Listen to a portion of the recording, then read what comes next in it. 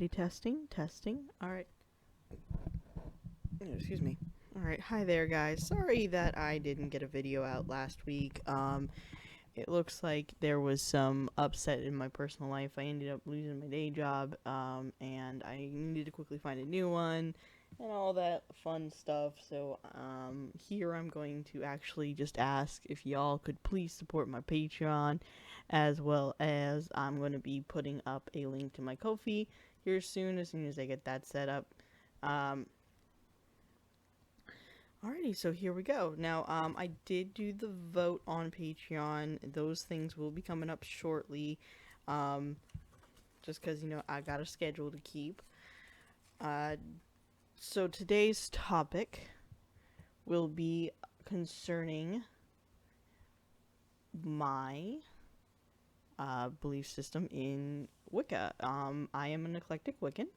And I'm just going to talk about how I came to be that way and, my experiences with it. I'll have to be quick because, you want to keep this to 15 minutes. We don't want to be rambling on all day, every day, all the time.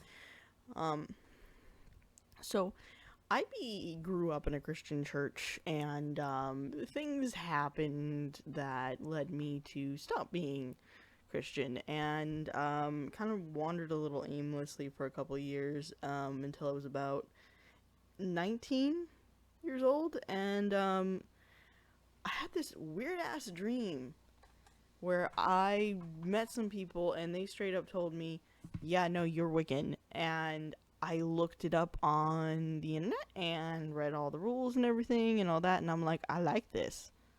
I'm gonna be this. This makes sense. Based off of my experiences as a kid, that's a whole story in and of itself that will take longer than 15 minutes, but I had a lot of weird experiences as a kid that would lend credence to my conversion, which is technically not even a conversion, because it was like, oh, I want to be this. There's no missionaries involved in this. We just show up when we need to show up. So, yeah, from there, I kind of learned more about being Wiccan. Lots of books, reading books and everything. I've been practicing for about 7 years now. And I fall under eclectic Wiccan just because eclectic Wiccan is the idea that you don't really practice one specific thing. You're more of a weird mix of everything. I kind of believe in the theory that, all myths are true in some ways. I kind of like American Gods, but I don't entirely like the American Gods concept of, like, humans make gods and, gods help humans. I like that idea. But,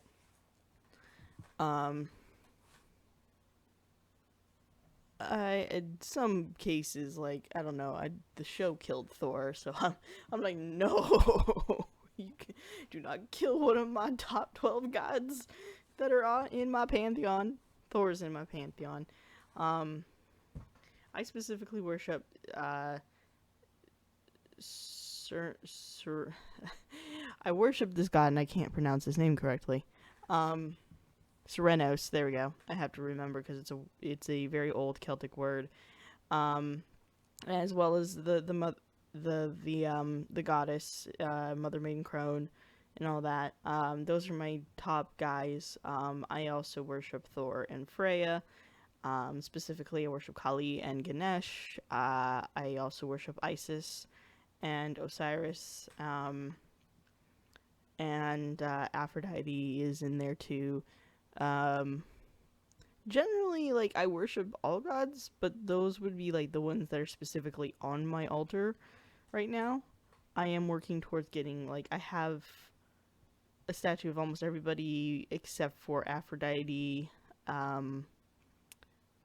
Osiris. So those are ones that I need. I also would like to, like, throw on one for Bast. As well as Hathor and a couple others. So you can tell I'm kind of jumping all over the place with, like, all my different deities, and that's also a thing with eclectic Wiccans, is that we don't just pick one pantheon. I'm not crushing on anybody else for, doing that. Some people are more called to Nordic pagans, or Nordic pagans are more called to the Nordics, and there's Kemetic, which worship Egyptian gods alone, as well as you got the Greek pantheon. That's just based off, people's experiences and what they find to work best for them. There is no right or wrong answer in witchcraft, though there are some people who would say that, which annoys the crap out of me because I did leave Wicca I left for Wicca because specifically I didn't like the whole Christianity, no, this is right and this is wrong kind of thing, where it's just like, no, do what he will, do no harm. That's all we have for you, folks. And the fact that I'm getting people who, I had a huge ass argument about Serenos being asexual when there was, literally no historical or archaeological evidence for this. As a side note, I do think there should be more, asexual spaces, specifically in Wicca, for individuals who don't want a sexualized deity. That being said, I also don't think that you should go and completely make shit up just to have something. Because it cramps other people's style. And, yeah. You don't have to make... It's like making Zeus, a nun. Because you want an asexual god, Yeah, no, I think there's about 20 billion myths and pictures that disagree with you there. That being said, that's one of the things, and then also I've run in this whole, men can't be witches, and, we don't want trans people here, kind of bullcrap, and it's just oh my goodness, it's not your job to police people like this. I swear. Oh my god.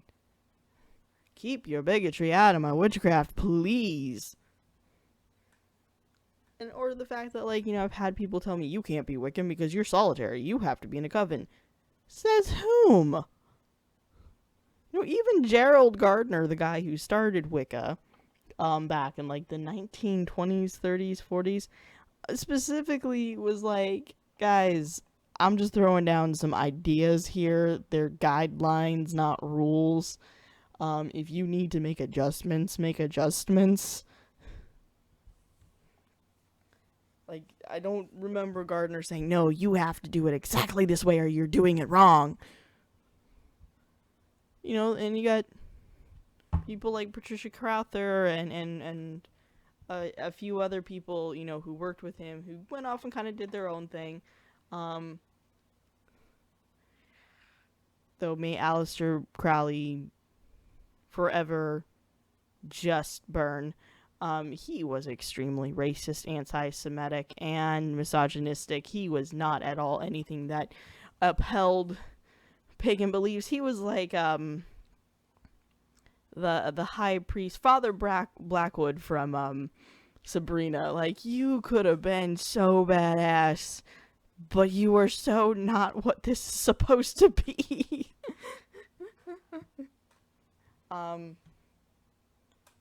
So yeah, don't.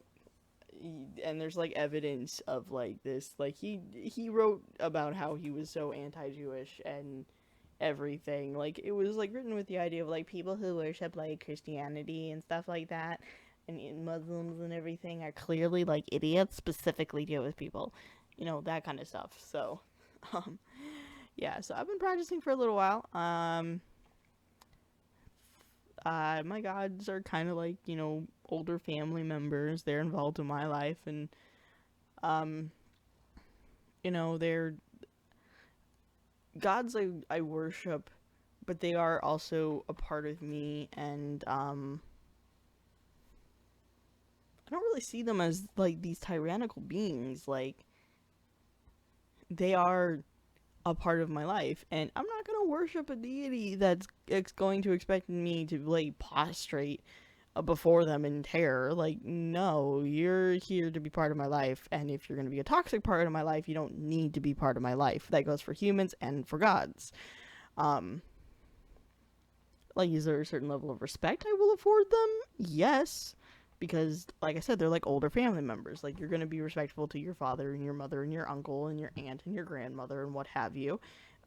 You may be able to converse with one god a certain way, but can't do that with another. Like, I can be a little bit more casual with Thor, but I cannot do that with Odin. Serenos is a little bit more relaxed, but the mother goddess is a little more strict.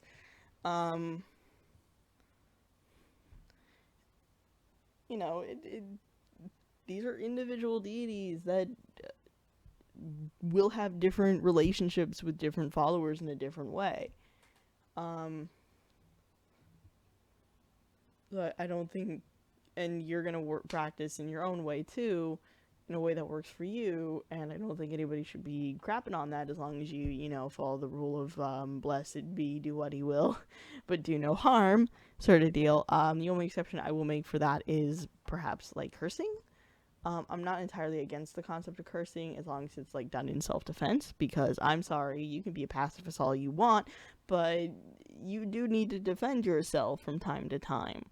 And it is very shameful, and I think it also is pretty a sign of how Wicca can be pretty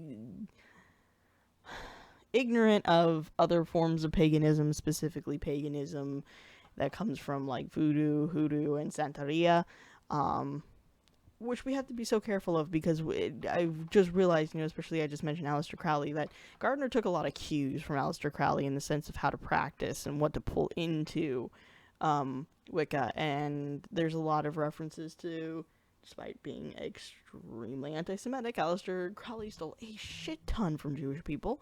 So it's just realizing, like, you know, like, where the appropriation is and trying to adjust it and trying to remove it just to undo some of the damage. Or, well, not undo, try to fix it, you know, try to be respectful of the fact that, like, you know, yeah, the founding fathers were not perfect. But that's what makes Wicca so great, is we can admit to that, and we can admit that, hey, you know, Crowley and Gardner were humans, and Crowley was an asshole, and Gardner was a little naive, and they're not perfect, and they don't have to be worshipped like demigods, and that their word is law. Even them, despite being assholes and ignorant and everything, even they said, hey, our words aren't law. You may need, in the future, to change this, to adjust to your times. Heck, even Gardner wasn't aware of the LGBTQ stuff, and when it brought to his attention, he was like, well, you know what? If that is what you need to do to practice, that's what you need to do. I will make no further comment on that. From what I've read, keep in mind a lot of the books I read about them, these coming from the 1920s, 30s, 40s, leading up to the 60s and 70s. I haven't really gotten into any modern literature, because you got to be careful. Now that Wicca is kind of a bigger thing, you've got a lot of individuals who don't entirely know what they're talking about, who fall into the whole, like, Gardner's word is law, or, you know, you've got your TERFs, or you've got your men can't be witches. So you gotta be careful, you gotta, and, you know, it's not worth spending the $15 to discover this person's not a good person, and not a good source. I kind of just do what feels right. I use my books just as a form of, just touching base and getting ideas and stuff, like when I don't know what to do. Yeah, so, and then I use a lot of, I use tarot, I use crystals. I've been trying to get more into, gardening and stuff like that, but I don't have the magical green thumb.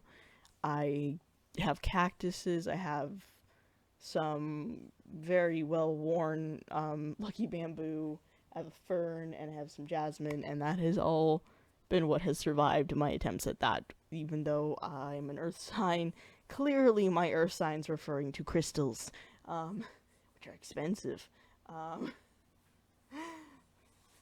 So that being said, so that's all I'm going to get into on that one. Later down the road, if maybe people want to hear me talk about like the experiences I had as a kid, which led me to be Wiccan, that can be its own video, but that is a video that dives into some other stuff, so it's a multifaceted video. That's going to be a whole 15, maybe 30 minutes in and of itself. That'll be the end this time on a special edition of Indigo Nick's Art. So yeah, so that's what I'm going to talk about for now, what I'm going to say for now, and sorry if this is a little rushed, if it is a little rushed. Our next video is going to be on what it takes to write a good female villain, because nobody voted, and I will be salty about that. And I pulled it out of a hat. And hopefully by then we'll actually start moving on to other art. Sorry it's taking forever to do this. Like I said, stuff happened, and whole schedule is going to need to be adjusted to fix this. So, still going to be putting out on Sundays. Just realized I said something dirty. But it's happening. It just, a little hiccup in the road. Things happen, We're good now. We're good. Things may still be a little rushed just because I'm moving out next weekend, and the whole new shift starts, and school's going to be starting in August, so I will try to get things out once a week, but they're not going to be like these well thought out, planned and plotted things. So it'll be a case of, here's your content, have fun. Right, well, thank you so much. All right, like I said, support me on my Patreon. The money is appreciated. We'll be putting up a link to my Ko-fi. Please and thank you. All right, bye.